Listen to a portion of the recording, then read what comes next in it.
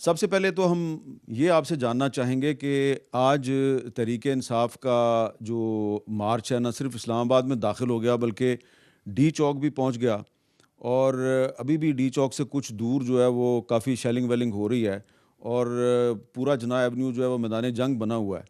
تو یہ جو آپ کے بہت سے ساتھیوں کے دعوے تھے، حکومت کے دعوے تھے کہ جی ہم ان کو اسلام آباد میں داخل نہیں ہونے دیں گے، تو کیا یہ دعوے غلط نہیں ثابت ہو گئے؟ بہت شکریہ حامد میر صاحب. دیکھیے، اگر تو وہ ایک سیاسی جلوس لے کر آ رہے ہوتے تو یقیناً ان کا راستہ روکا جا سکتا تھا، لیکن آپ نے دیکھا کہ راستے میں چاہے وہ میاں والی تھا، چاہے وہ ہاکلہ انٹرچینج تھا، ان کے پاس مسلح لوگ ہیں کہ جنہوں نے پولیس اور سیکیورٹی اداروں کے اوپر بھی فائرنگ کی، اور اس سے بہت سارے سیکیورٹی کے اہلکار زخمی ہوئے. اب اس کے رد عمل میں اگر سیکیورٹی فورسز بھی فائرنگ کریں تو یقیناً ایک بڑا نقصان ہونے کا احتمال ہے، اور اس سے جو صورتحال ہے خراب ہو سکتی ہے. تو حکومت نے اور سیکیورٹی فورسز نے بڑے اسی لیے ضبط کا مظاہرہ کیا. ہم نہیں چاہتے کہ شاید پی ٹی آئی چاہتی ہے کہ وہ جنازے لے کر اٹھے یہاں سے، وہ چاہتی ہے کہ خون ریزی ہو تاکہ اس کو کوئی بہانہ ملے کہ وہ اپنی تحریک کو اس خون کے ساتھ کوئی ایندھن دے سکے. لیکن حکومت کی یہ کوشش ہے کہ ہم اسے پرامن طریقے سے ختم کر دیں. لیکن سوال یہاں یہ پیدا ہوتا ہے کہ جو طریقہ پی ٹی آئی نے اپنایا ہے اور جو ان کا مطالبہ ہے، وہ کہتے ہیں جی عمران خان کو رہا کرو تو ہم اٹھ جائیں گے. کیا عمران خان صاحب کو کسی ڈپٹی کمشنر نے نظر بندی کے آرڈر کے تحت بند کیا ہوا ہے کہ جو انتظامی آرڈر سے ان کی نظر بندی واپس ہو جائے گی؟ وہ ایک قانونی عمل کے نتیجے میں کیسز کے اندر گرفتار ہیں، اور اس کا ایک ہی راستہ ہے کہ وہ عدالتوں سے ریلیف حاصل کریں. ہم بھی ان کے جھوٹے کیسز کا نشانہ بنے عدالتوں میں تھے. نہ ہم امریکہ کی کانگریس میں گئے، نہ ہم ہاؤس آف لارڈز میں گئے، نہ ہم نے کسی اقوام متحدہ کے دفتر میں جا کے منتیں کی کہ پاکستان کے معاملات میں مداخلت کرو. ہم نے اپنے مقدمے پاکستان کی عدالتوں میں اور اداروں میں لڑے، اور اللہ تعالیٰ نے ہمیں سرخرو بھی کیا. تو اگر آپ عمران خان صاحب کی رہائی چاہتے ہیں تو آپ عدالت میں جا کے کیس لڑیں. لیکن یہ جو طریقہ ہے کہ آپ سٹریٹ پاور سے عدالتوں پہ دباؤ ڈالنا چاہتے ہیں، یا آپ سٹریٹ پاور سے حکومت پہ دباؤ ڈالنا چاہتے ہیں، اور آپ سمجھتے ہیں کہ کن پٹی پہ پستول رکھ کے اپنے لیڈر کو رہا کرا لیں گے، پھر تو کل کو کوئی بھی دہشت گرد تنظیم کا کمانڈر پکڑا جائے گا تو وہ اپنے لوگوں کے ساتھ رخ کرے گا اسلام آباد کا کہ یہاں پہ جتھا لے کر آؤ اور اپنا بندہ چھڑا کے لے جاؤ. اس طرح تو ریاستیں 21ویں صدی میں نہیں چل سکتی. حکومت نے تحریک انصاف کے ساتھ رابطہ کیا. آپ کے کچھ ساتھی جو ہیں محسن نقوی صاحب، رانا ثناء اللہ صاحب، انہوں نے تحریک انصاف کی لیڈرشپ کے ساتھ مذاکرات کیے، وہ کامیاب نہیں ہوئے. اس کی کیا وجہ ہے؟ دیکھیے، اس وقت تحریک انصاف میں ایک قیادت کی کشمکش چل رہی ہے. جو تحریک انصاف کی سیاسی قیادت ہے وہ تو حالات کو بھی سمجھتی ہے، اور وہ سیاست کی اور جمہوریت کی نزاکتوں کو بھی سمجھتی ہے. لیکن اس وقت عمران خان صاحب ہیں اور ان کے ساتھ ان کی اہلیہ بشرا بی بی ہیں. ان کا ایک انتہا پسندی کا رویہ ہے، اور غالباً عمران خان صاحب سمجھتے ہیں کہ اگر یہ کیسز چلے تو میں ان کیسز سے بچ نہیں سکوں گا. دیکھیے، اسی لیے اگر وہ کیسز جھوٹے ہیں تو ان کی تو کوشش ہونی چاہیے کہ جلد از جلد ٹرائل ختم ہو.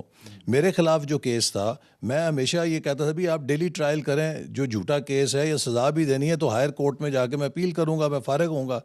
یہ تمام کیسز کو التوا میں ڈال رہے ہیں. کسی کیس کی جو کارروائی ہے اس میں حصہ نہیں لیتے، چاہے وہ توشہ خانہ ہے، چاہے وہ القادر ٹرسٹ ہے، چاہے وہ فورن فنڈنگ کیس ہے جس کو 6-7 سال انہوں نے لمبا کیا، اور اس کو بھی کسی نہ کسی ہیلی بہانے سے وہ آگے لے کے جاتے تھے. تو اس سے کیا ظاہر ہوتا ہے کہ آپ کو پتہ ہے کہ آپ نے یہ جرم کیا ہے، اور اگر یہ کیس کنکلوڈ ہوئے تو آپ کو سزا ہو جائے گی. تو لہٰذا یہ طریقہ کہ آپ اپنی انا کی خاطر یا اپنے اس سزا کے خوف سے آپ پورے ملک کا امن تباہ کر دیں. آج سٹاک مارکیٹ جو مسلسل کئی دنوں سے اوپر کی طرف جا رہی تھی، 99,000 کو کراس کر گئی، آج پہلی دفعہ 5,000 کے 4,000 پوائنٹ گری ہے. آپ کیا چاہتے ہیں؟ پاکستان کو کریش کرنا چاہتے ہیں؟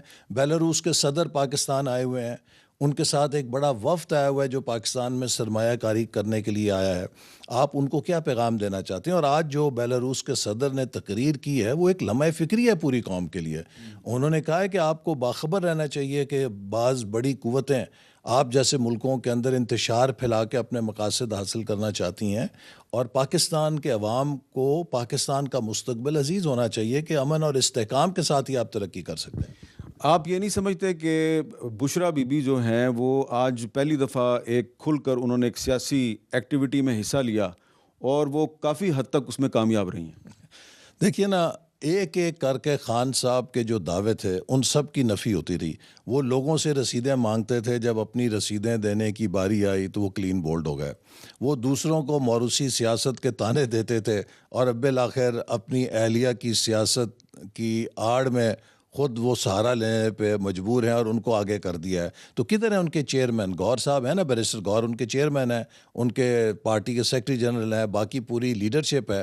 وہ تو ہمیشہ یہ کہتے تھے کہ میں سیاسی لیڈرشپ کو لے کر آؤں گا, تو ان کا یہ دعویٰ بھی ایکسپوز ہو گیا. یہ جو آپ نے ابھی بیلاروس کے پریزیڈنٹ کی بات کی ہے, تو ان کے ساتھ بہت سے بزنس مین بھی آئے ہیں. ان میں سے کچھ بزنس مین جو ہیں وہ آج آپ کے کچھ جو ساتھی ہیں کیبنٹ منسٹرز, ان سے پوچھ رہے تھے کہ یہ جو بلٹس کی گولیاں چلنے کی آوازیں ہیں یہ کیا ہے. تو انہوں نے کنٹینرز بھی دیکھے ہوں گے یہاں پہ. تو جب پاکستان کا کیپٹل جو ہے وہ اس کو آپ کنٹینر سٹی بنا دیں گے تو یہاں پہ انویسٹمنٹ کیسے آئے گی؟ دیکھیے نا, کنٹینر لگانا ایک لیسر ایول ہے, لیکن پاکستان کے پارلیمنٹ کے اوپر, پاکستان کے پریزیڈنسی یا پرائم منسٹر ہاؤس یا فیڈرل سیکریٹریٹس کے اوپر چڑھائی کر کے قبضہ کر لینا بگر ایول ہے.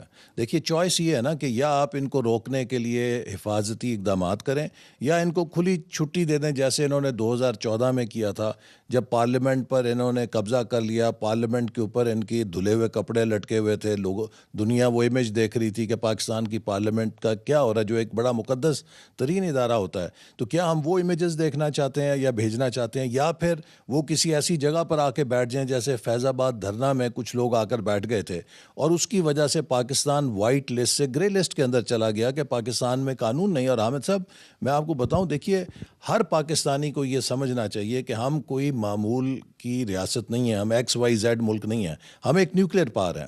اور ہمارا انٹرنل استحکام اور ہمارا انٹرنل نظام نہ صرف ہماری دلچسپی ہے بلکہ پوری دنیا اس میں دلچسپی رکھتی ہے کہ ان کا انٹرنل نظام کیسا ہے. تو ہمیں ایک بڑی ذمہ داری کا مظاہرہ کرنا چاہیے. اور اگر پی ٹی آئی کی کوئی سیاسی گریونسز ہیں تو حکومت نے تو ہمیشہ کہا آئیے ڈائلاگ کریں. جب 26ویں آئینی ترمیم تھی, ان کے کہنے پہ ہم نے ایک پارلیمانی کمیٹی بنائی, اس کے اندر یہ بیٹھے, اس پر انہوں نے اتفاق رائے کیا, لیکن جب جیل میں گئے تو خان صاحب نے ویٹو کر دیا. تو یہ بھی ایک شخص کے آگے بالکل غلام ہے. پوری پارٹی جو مرضی فیصلہ کر کے جائے وہ ایک شخص ویٹو کر دیتا.